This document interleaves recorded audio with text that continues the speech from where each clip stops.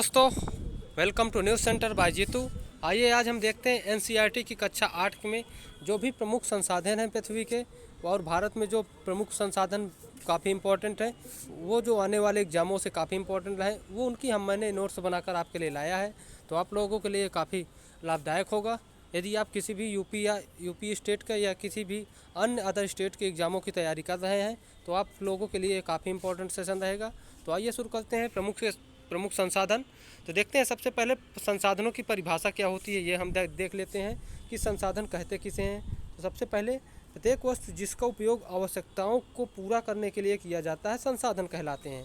तो याद रखिएगा संसाधन की ये परिभाषाएं हैं, क्योंकि मैंने ये नोट्स मेंस के लिए बनाई है, इसलिए आप लोगों के लिए काफ़ी इम्पोर्टेंट हो सकती है मेंस आंसर राइटिंग के लिए। तो इसलिए आप इसमें प्री और मेंस दोनों के दृष्टिकोण से देख सकते हो इस क्लास को। तो ये प्री और मेंस के दृष्टिकोण से बनाई गई क्लास है। तो आगे देखते हैं पेटेंट। वहीं संसाधनों में एक पेटेंट शब्द आपने कई बार सुना होगा, पेटेंट।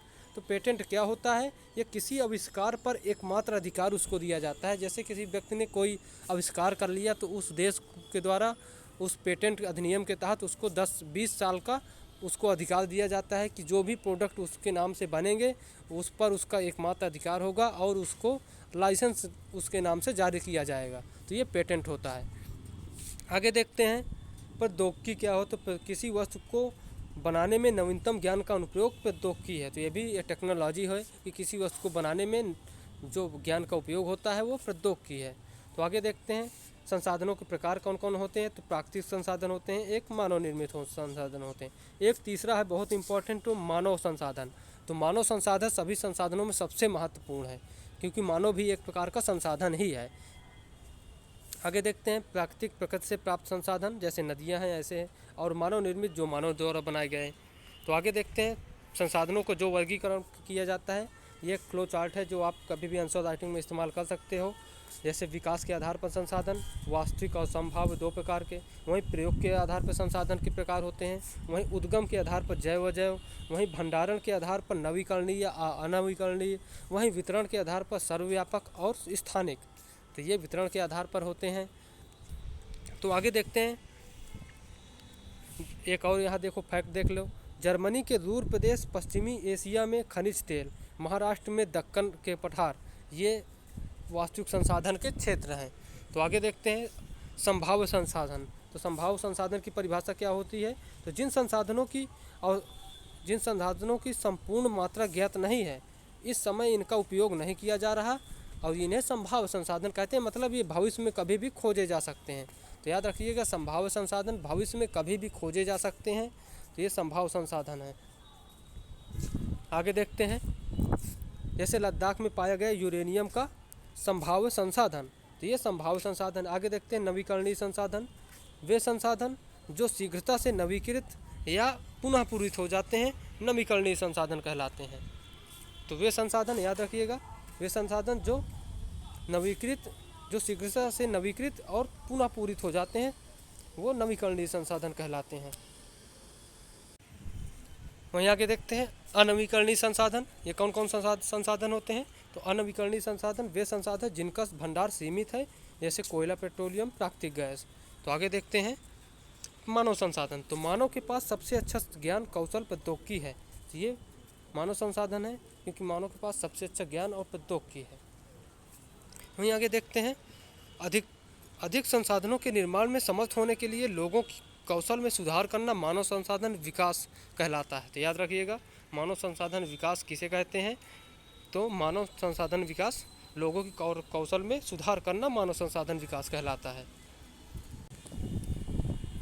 वहीं आगे देखते हैं सतत पोषणीय विकास। तो ये भी काफ़ी इम्पोर्टेंट है, ये कई बार एग्जामों में पूछा जाता है कि सतत पोषणीय विकास से क्या तात्पर्य होता है। तो ऐसा विकास जो वर्तमान के साथ साथ भविष्य की आवश्यकताओं को पूरा करता है उसे सतत पोषणीय विकास कहते हैं। इसमें देख सकते हो जीवन के सभी रूपों का आदर किया जाता है सतत पोषणीय विकास में। मानव जीवन की गुणवत्ता को इसमें बढ़ाया जाता है। पृथ्वी की जीवन शक्ति का संरक्षण किया जाता है कि पृथ्वी नष्ट ना हो, और प्राकृतिक संसाधनों के ह्रास को कम करना होता है, और पर्यावरण के प्रति व्यवहार में परिवर्तन करना होता है। तो ये इसके काफ़ी इम्पोर्टेंट सतत पोषणीय विकास के फैक्ट हैं। देख सकते हो 90% जनसंख्या सिर्फ 30% भूखंड पे पृथ्वी के रहती है और 70% पर सिर्फ पानी है। तो याद रखिएगा 70% पर सिर्फ पानी है और 30% भूभाग पर जनसंख्या 90% रहती है। वहीं 70% पे सिर्फ 10% जनसंख्या रहती है। तो ये एक फैक्ट भी है।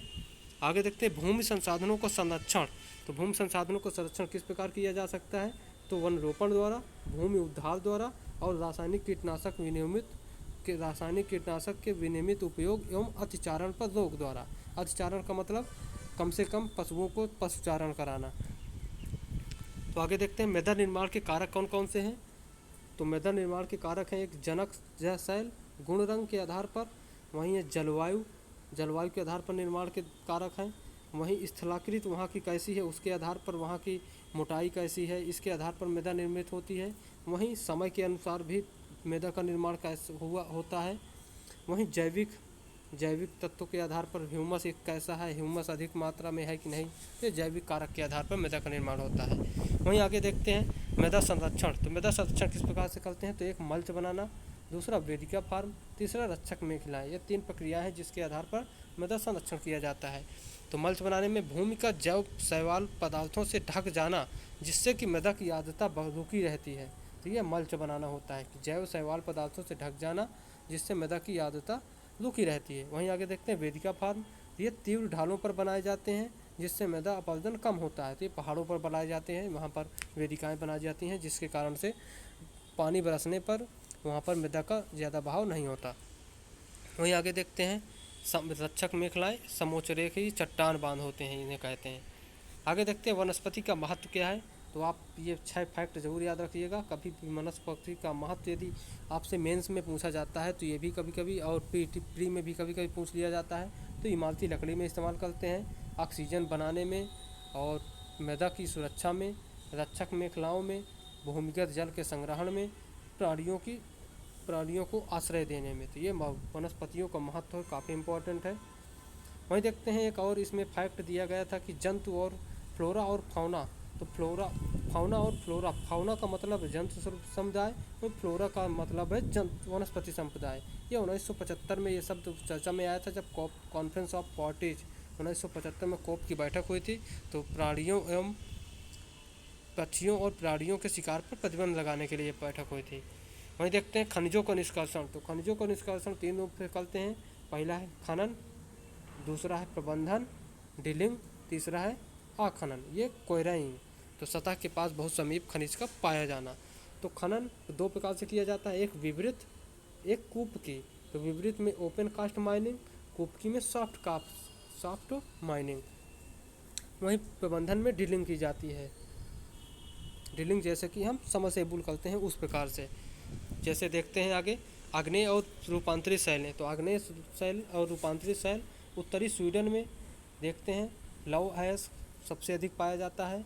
ये आग्नेय शैलों में पाया जाता है लौह अयस्क। याद रखिएगा कि लौह अयस्क कौन सी शैलों में पाया जाता है? तो आग्नेय शैलों में। आगे देखते हैं ओंटारियो कनाडा, ये किस लिए फेमस है?